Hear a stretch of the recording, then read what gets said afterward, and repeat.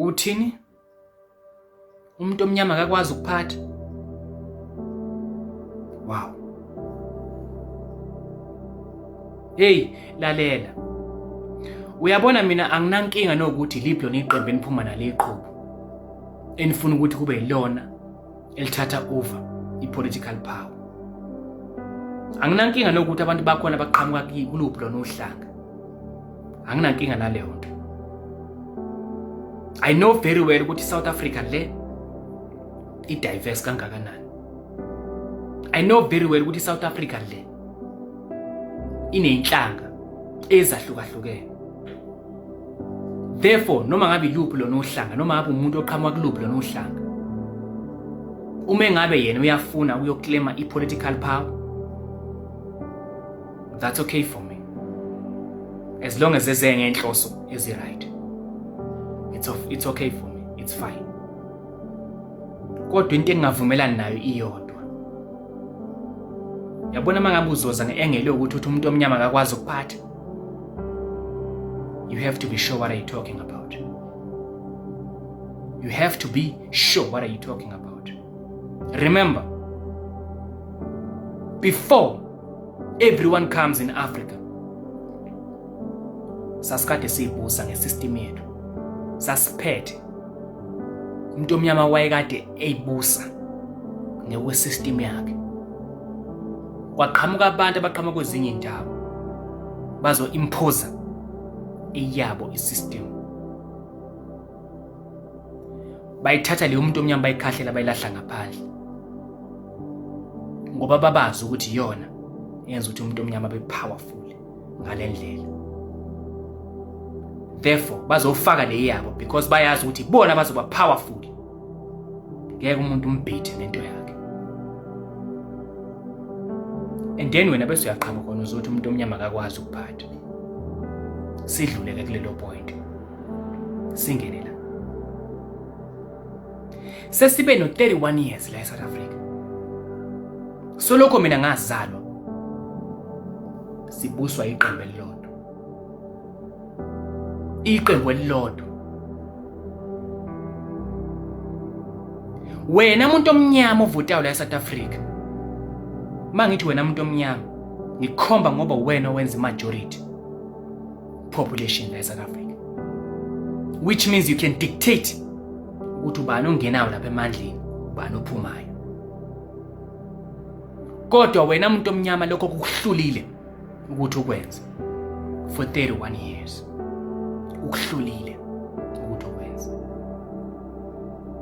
The question is, mangaka amaqembu anabantu abamnyama la eSouth Africa?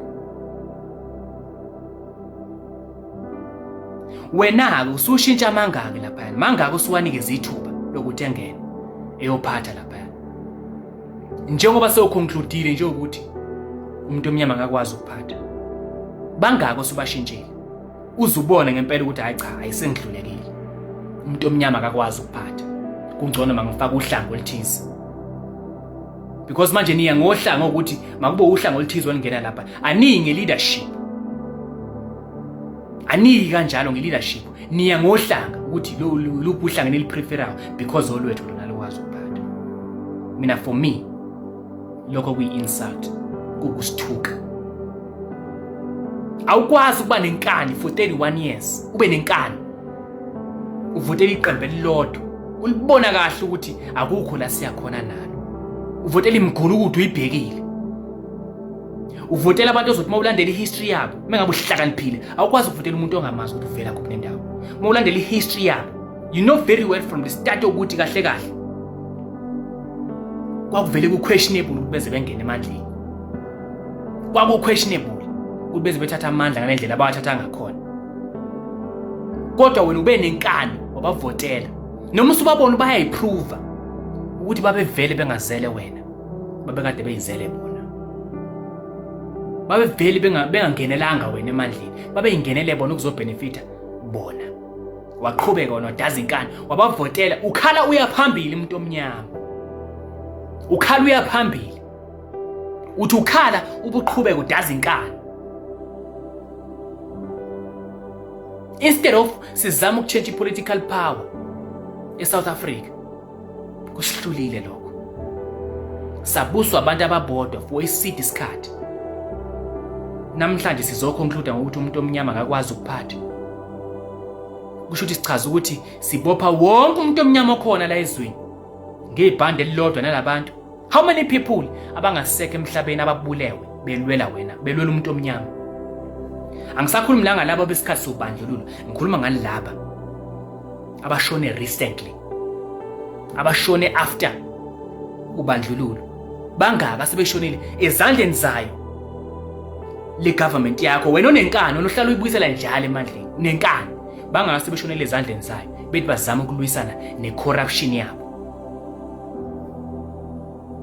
Bangaki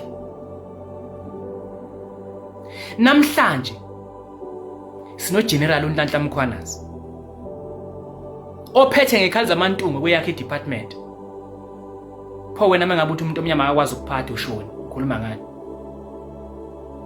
Ushoni angani uyamtusa yena uGeneral Nhlanhla Mkhwanazi? Angithi sonke siyamphakamisa, iningi lethu majority siyamphakamisa, simbona njengomuntu okuyena oqotho ophethe ngendlela eright lapha. Pho manje sisho kuphi ukuphatha masithi umuntu omnyama akakwazi ukuphatha? Akekho omnyama yena lapha kule department yakhe. Sikhuluma ngani masithi umuntu omnyama akakwazi ukuphatha? Why is conclude ukuthi umuntu omnyama akakwazi ukuphatha just because abantu beqembe elilodwa asebe arrogant, asebe develop arrogance ngale ndlela le exa kusathana, futhi kade bayidevelop le arrogance because they knew ukuthi noma ngabe ngaze kuthiwe benza kuphi ukubola, wena umuntu omnyama uzowaphinisela emandleni ngoba unenkani. Uzowaphinisela wena uloku ukhala uya phambili, lokho bekushaya uphinde futhi babuyisela ukuthi hayi ngithanda nina noma ngangixebula kanjani, ngithanda nina. Uyefana nentombazane engena kwi relationship ifika ihlukumezeke bese idaza inkani ihlala nalowo muntu izife elewe ihlukumeza. Uyefana into eyodwa nayo umuntu omnyama ovotayo la eSouth Africa, umuntu omnyama obuyisela iqembu elilodwa emandleni ulibona ukuthi liyabheda. Uyefana naleyo ntombazane, uyinto eyodwa nayo. Bese uyabuza ogxeka wonke umuntu. Mangaka amaqembu usuwashintshile lapho wazama ukuwashansa wabona ukuthi ukuphi la ngasisa khona. Uze ngempela uzoconclude ukuthi umuntu omnyama akakwazi ukuphatha. Sesiphathwa amaqembu amangaka lapha ngoba leli qembu leli lakho lelo hlala ubuyisela emandleni limosheke to the core, lifile. Limosheke to the core. Bangcolile abantu bakhona. Angeke ulala isigebengu umgulu ukuthi namhlanje kusasa uvuke sewumfundisi, ngeke.